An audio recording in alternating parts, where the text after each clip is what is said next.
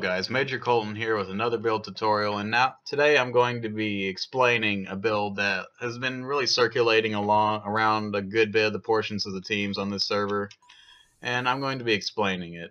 And for all of you maybe on the PS3 server that don't know of this, or if no one's used it over there, or really just, what it is the certain combination of parts that makes a Kumo do double, even triple damage sometimes.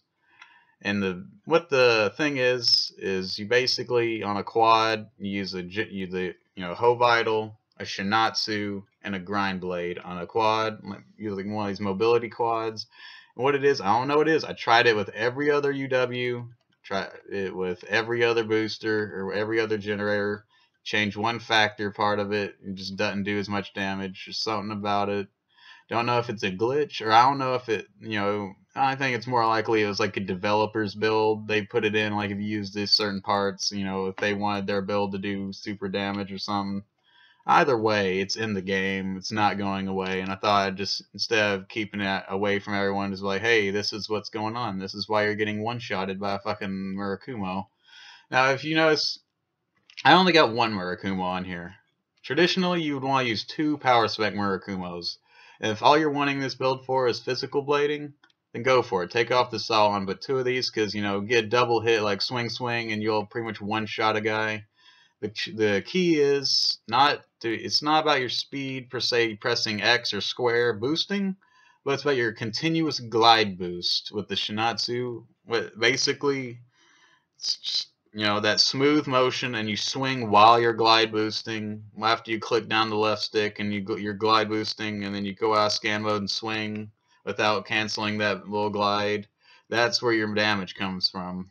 I mean, like you boost in. I mean, you can throw a square and X in there for a quick boost, but I just recommend it doesn't do anything extra. It just go in and glide in and swing. And when you do that with all these parts in tandem, you can sometimes one time I actually one-shotted the TE tank that with the 52k AP that you test against.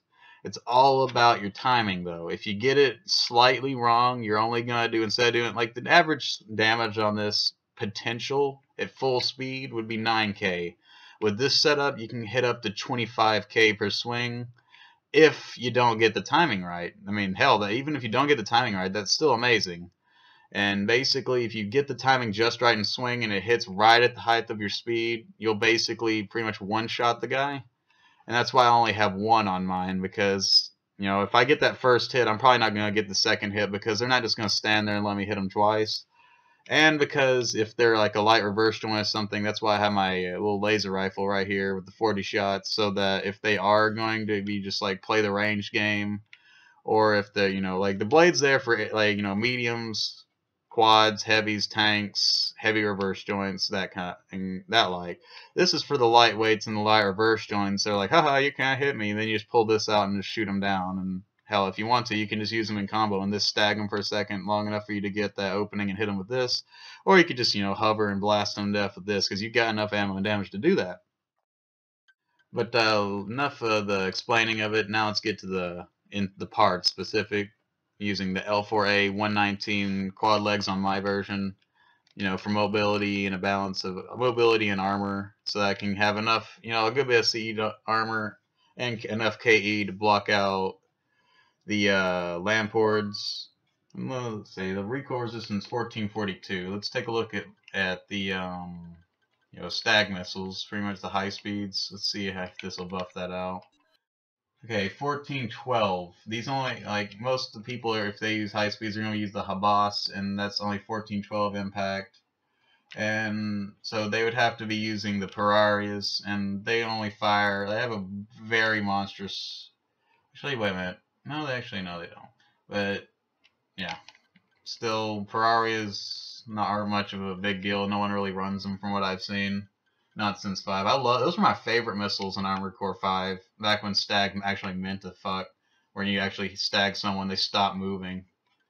Or you can hear the loud cracking of their armor breaking off. I mean, all armor breaking in was only aesthetic, because you have to constantly be hitting them with the stag weapon for the effect to stay there. But, it was still satisfying. As for the arms, the 80228 and the Animus arms, because they're dual shoulder TE defense arms. As for the core CB209, you don't want to use the retrofit just because, you want to block out the lamp wards, and this has a little bit of extra KE defense. For the head, you want to use the HO2 Scarlet and the Lenny retrofit for some TE defense, so, PMGs and pulse guns won't be a bother to you. And actually, I need to change this FCS because, yeah, after I was building on this last night and forgot to save it after I went back and changed the FCS after I put the Sawa on. Let's just say, just go with the pre-dire. Some people would say go with the 280, but it's only 100, energy recovery less. And pretty much, that's just basically for the Sawa. And all the other ones are decent range or too drainy, like the Azumi is like a little bit way too much. And for the generator, you're going to use the GED, G23, like I said, and the Shinatsu, aka the B8309 boosters. You gotta use these boosters, this generator, and you gotta have the grind blade on the back. If you don't even bother because it won't work. Don't bother playing around with it because I spent hours and hours and hours and hours and hours trying to figure out what specific stat made it do what it does. But I've just gotten to the point where, it's something the developer's stuck in. It's a developer build, pretty much. Either that or it's a glitch in the programming. Either way, it's here. It's queer. Get over it. And for the shoulder unit, I chose the SL Siwa 243 Seawiz, simply because it's got a reload time of 5, 300, so it can shoot down 300 missiles, an intercept rate of 90, so it's going to be shooting down fast. Even at high speeds, it'll shoot down most of the high speeds because of that. And it's got a 200 intercept range, so it's got a good field of view to work off of. Basically, no one's missiles are going to hurt you. So all the people running high speeds, or like majority of the high speeds will be cutting down. Maybe one will get through every now and then. Maybe if they're using dual shoulder units, a little bit more. VDFs, so yeah, all the VDFs are going to be cut down. Plasma missiles will be cut down. Any medium missile don't matter because you're a quad. So pretty much missiles you don't got to worry about. You render their shoulder unit useless. So that's half their damage gone. And even if you just have this one Sawa and you can't blade them, just this one Sawa is just like 4,000 damage and like almost 2,000 impact force. So you're going to stag them like a motherfucker. And then you're going to be just blasting away with high TE defense. Like, this thing's pretty good against any really build, except a tank, obviously. Tanks, you don't shoot with TE. But hey, if they're a tank, you might as well be blading them. I don't know why you'd be trying to use that. As for the recon unit, the REX 813, because it's low consumption, you can have 5 out at various points on the map. Large recon range, and they stay out for almost ever. And personally, because I have a bad habit of just constantly putting out recon units, so I might as well make use of my bad habit. And like we said, we chose the ISA Kumo Model 3, or the pre-dire as it was called in Armor Core 5, just for your Sawa, so if you had to, you can just stay back as a support, or backpedal someone with the Kurosawa if you had to.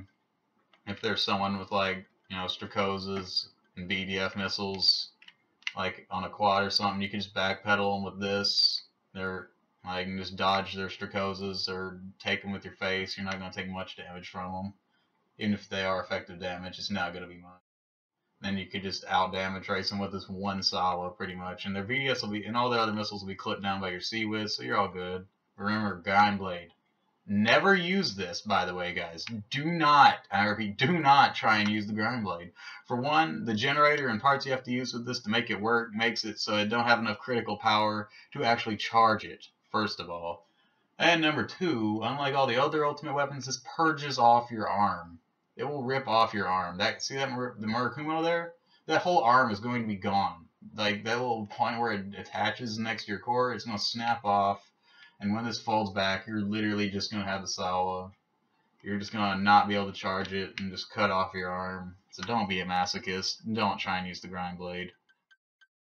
But, yeah. If you like the video, comment, like, subscribe. If you use this and you just love that little either glitch or developer input they put in of that super Murakumo, pretty much, turns it into a fucking ultra great sword for the most part. If you like that, let me know. And as always, I'll see you in the next video.